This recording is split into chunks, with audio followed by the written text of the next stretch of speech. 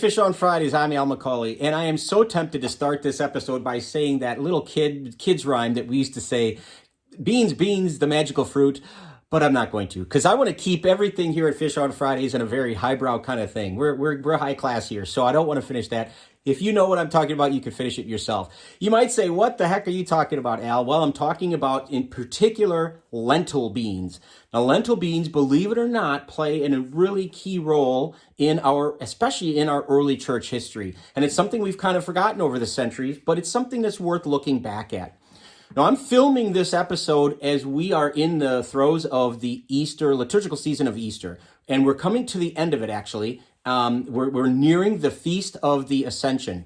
The Ascension is when Jesus is taken back up to heaven 40 days after his resurrection. So we're nearing that event, and the story of lentil beans has to do with that great feast day in our church's history. So let's go back. Lentil beans. Why am I talking about lentil beans? Well, first of all, we have to understand that they're one of the first domesticated crops in human history.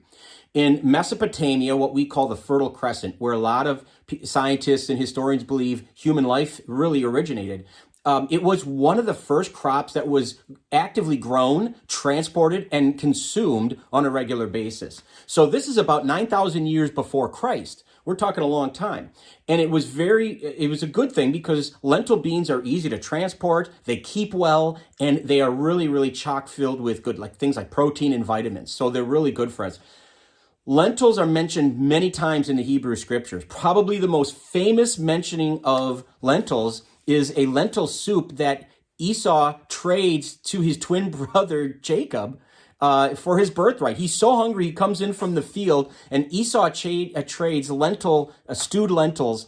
This is in Genesis 25, to his brother and says, hey, I'll give you my birthright. I'm the firstborn, but I'll give it to you. I'm so hungry. Give me some of that lentil soup. Kind of an interesting trade, but it is what it is.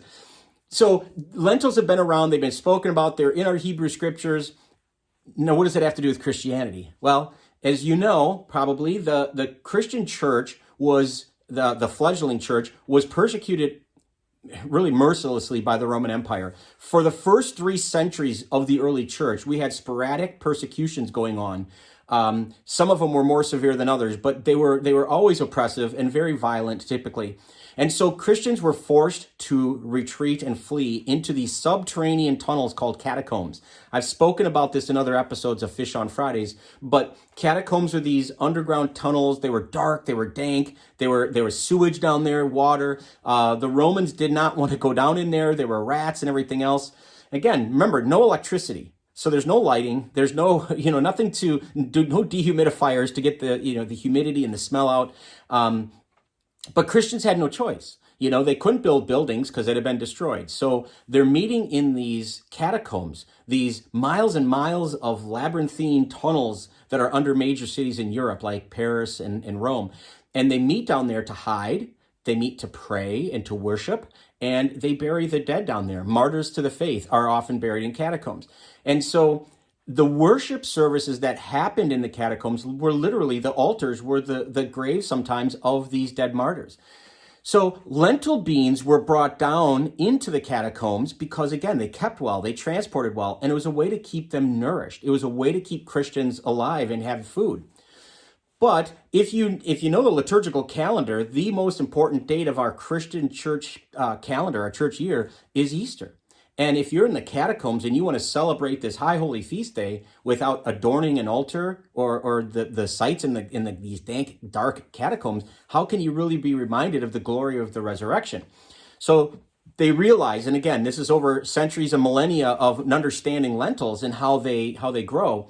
They knew enough that if they brought the lentils down into the catacombs and they put them like in a bowl, that within 3 days, they would sprout.